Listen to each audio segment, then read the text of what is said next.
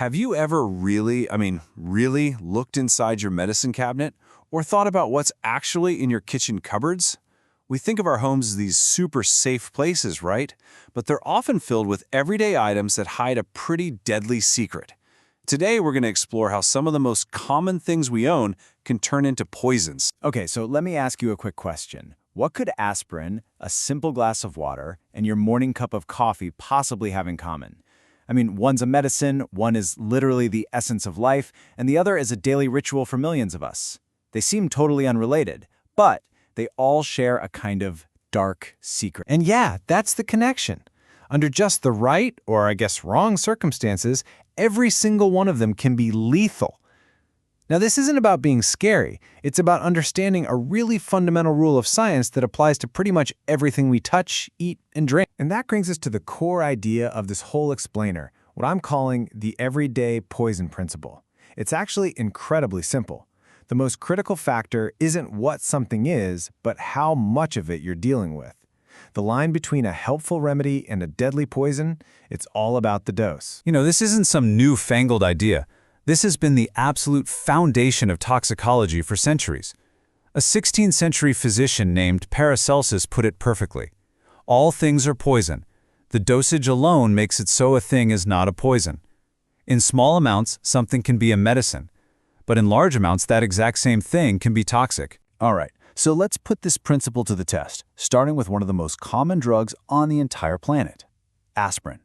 It's in billions of medicine cabinets, for headaches and minor pains.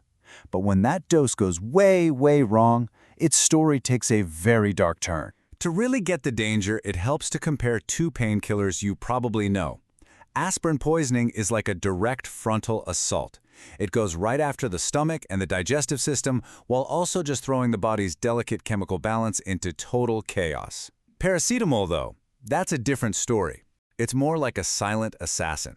It works quietly, targeting the liver with these delayed but absolutely devastating effects. So how much is too much? This, 15 to 20 grams.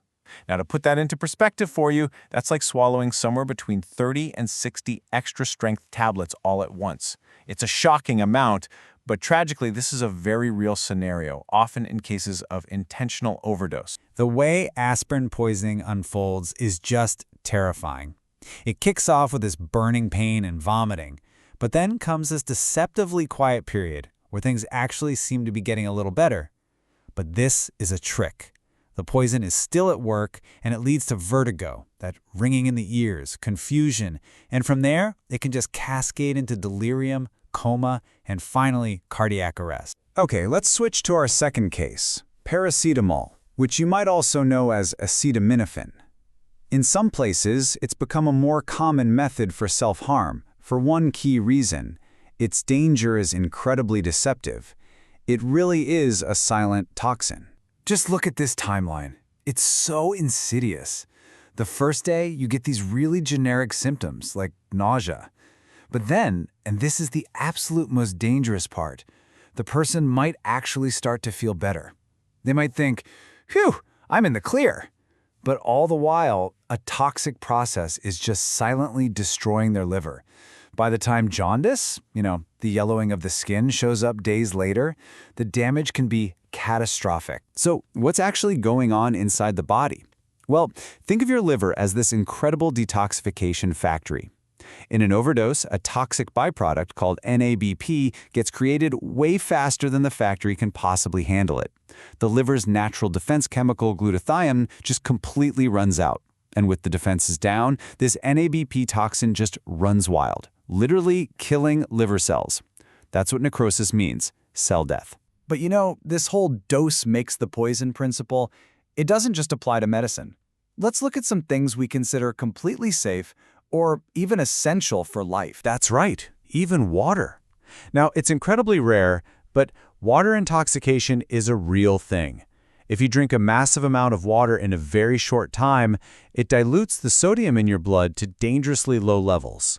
This makes your cells, including your brain cells, swell up with all that excess water, and that can lead to convulsions, a coma, and yes, even death. And what about your morning coffee? Well, 1 cup has about 150 milligrams of caffeine. Drink about 7 or 8 cups, and you might start feeling some toxic effects like anxiety or tremors. The potential fatal dose? A staggering 10,000 milligrams. That's like chugging almost 70 cups of coffee, which could trigger seizures or even cardiac arrest. All right, so we've seen the danger, which is pretty scary stuff. But how do medical professionals actually fight back? When someone shows up at the emergency room with a suspected poisoning, there is a very clear scientific playbook that they follow. The response in the ER is a total race against time with 4 main goals. First up, decontaminate. Get the unabsorbed poison out, sometimes with a stomach wash. Second, absorb. Use activated charcoal, which acts like a super sponge for all those toxins. Third, eliminate. Help the body flush the poison out faster. And finally, if there is one, you use the most precise tool of all, the antidote. And this is where modern medicine gets just incredibly precise. For paracetamol poisoning, doctors give a compound called NAC, which basically restocks the liver's depleted defenses. For something like nitrite poisoning, they'll use methylene blue to get the red blood cells carrying oxygen again. And for aspirin, they use sodium bicarbonate to correct the body's acid levels. Each antidote is like a very specific key for a very specific poison lock. So, after going through all this, what's the big takeaway? It's really about developing a new kind of respect for the substances we interact with every single day, especially the ones hiding in plain sight in our medicine cabinets. Because in the end, it all comes down to this one powerful truth. Inside the very same bottle, you have both the power to heal and the power to harm. And the only thing separating a cure from a curse is the quantity. It is always and only the dose. So I'll just leave you with this one final thought. The next time you open your medicine cabinet or pour a glass of water or grab that cup of coffee, what safe item in your home are you going to see just a little bit differently now?